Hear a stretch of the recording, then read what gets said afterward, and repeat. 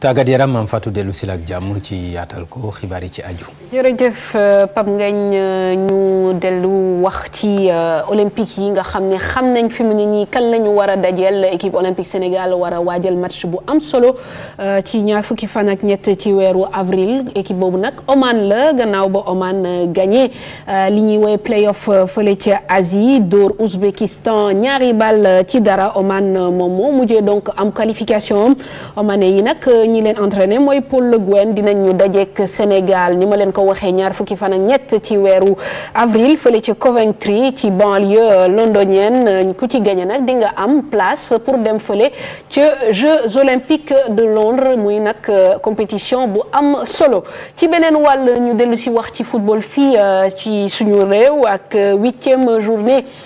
Ligue 1 ñaari match yu mujj yi ñu ngi koy amanil fi mu ne nii ci stade Demba Diop ci ñeenti waxtu Yego ak AS Douane laale nañu waaye ndam demul ndam dikkul ci fi ñuy waxee ak yéen nii nag Jaraaf ak ñaari tali ñooy daje ñaari tali ak Jaraaf ndam demagul ndam dikkagul waaye nag li ñu seetlu mooy Jaraaf raté na benn penalty ci beneen wàll démb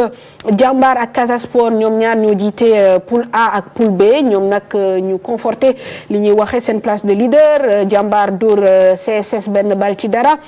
Casa Sport moom dóor bu baax AS Pikine fële ci stade Aline Sitoé Diatta ñetti bal ci dara ci poule A boobu ba tey US Ouakam nag moom fegguwaat ak victoire gannaaw ba mu toogee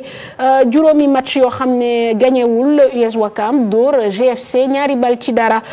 ci côté Gorée moom dóor Dakar Université Club benn bal ci dara fële ci stade Demba Diop match boo xam ne Abdou Aziz Ndiaye ak Modou Diop seetaanal nañu ko.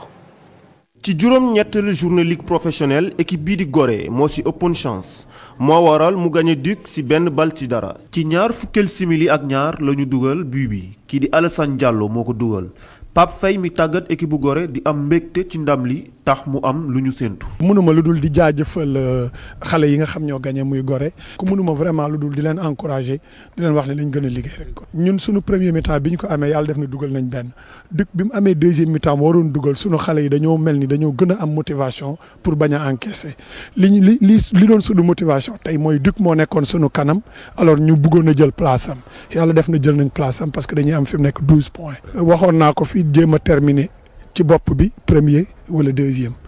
ba ni championnat bi di jeexee mais toujours damay wax ne loolu mooy sama objectif. donte mbetteel la Duc am ci jogante bi waaye terewul Abdou Karim Mané di ki leen di tàggat mi ngi rafetlu seen football wane nañu seen kéemtulaay kàttan waaye mujjul am. Gorée nekk na équipe boo xam ne daal am nañ ci moom jafe-jafe pour gagner ko ndaxte presque ren moom ñaareel at boo xam ne suñu dajeek moom dañuy football ba bëgg a dee mais dañ koy daf ñuy gagner. mu nekk loo xamante ne bi ñuy ñëw dañuy jël suñu matukaay yëpp ne Gorée daal incha allah tey jii daal dinañu dem ak moom foo xamante ni ndam bi ci ñun la war a nekk. boo xoolee match yi ma joué ak moom yëpp pratiquement sur les 90 minutes 60 minutes man maa koy moom te bu tey bi firnde na loolu aussi bal bi daal nanguwul dugg. sama xale yi jàmbar lañu ndaxte ñu ngi def ay jéego yu mag ci fi ñu toll nii tey nag dañu bëggoon gagné mais yàlla may ñu ndam bi. ñetteel yoon bi kii di Gorée di dajal Duc di ko gagné. ndam bi ñu mujjee am tax na ñu jël ñetteelu place bi ci poule A Duc nag mu ngi gën a suux. Abdou Aziz ñu koy jaajëfal xam ngeen ko régime bu bees maanaam peut-être ministre yu bees en tout cas ci wàllu département sport ñenn ñi ne ñoom bëgguñu ministre politique waaye dañu bëgg koo xamante ni dafa nekk ci domaine bi xam ko bu baax wala mu nekk sax koo xam ne daan na yëngatu ci wàllu tàggat yaram ki xamle loolu nag mooy Amadou Diaba moom mi yaakaar ni daal ministre bu bees bi ñuy tabb ci wàllu sport dafa war a nekk ku xarañ comme niñ koy gisee ci yeneen dëkk yi comme France ak dëkk bu ñu gën a jege muy Guinée Conakry kii nag mooy directeur centre régional développement IAAF donc ñu déglu ko Amadou Diaba ci micro Abdoulaye Der.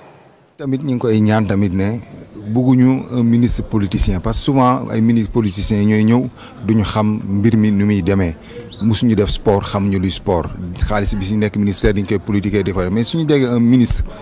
sportif. te ñëpp xam nañu ne ministère bi am nañu ko mën a yore am nañu ay de grands cadres sportifs mun na si ut si ñooñu mu diriger sport bi mu nekk ministre boo xam ne c'est pérenne du ministre boo xam ne su football jeexee ñu dóor équipe bi rek ñu dàq la parce que ñëpp xam nañ ne de sport c'est la santé et c'est l'éducation moo tax loolu la ñuy ñaan président Macky mu tegal ñu un homme de sérail koo xam ne mun na jëmee sport bi kanam. nañu xool Guinée bi nekk nii à côté un ancien footballeur pare moom lañ ko jox te mi ngi doxal sport yi parce que xam nañu ñoom moom nu muy doxalee sport. Merci beaucoup Mame Fatou.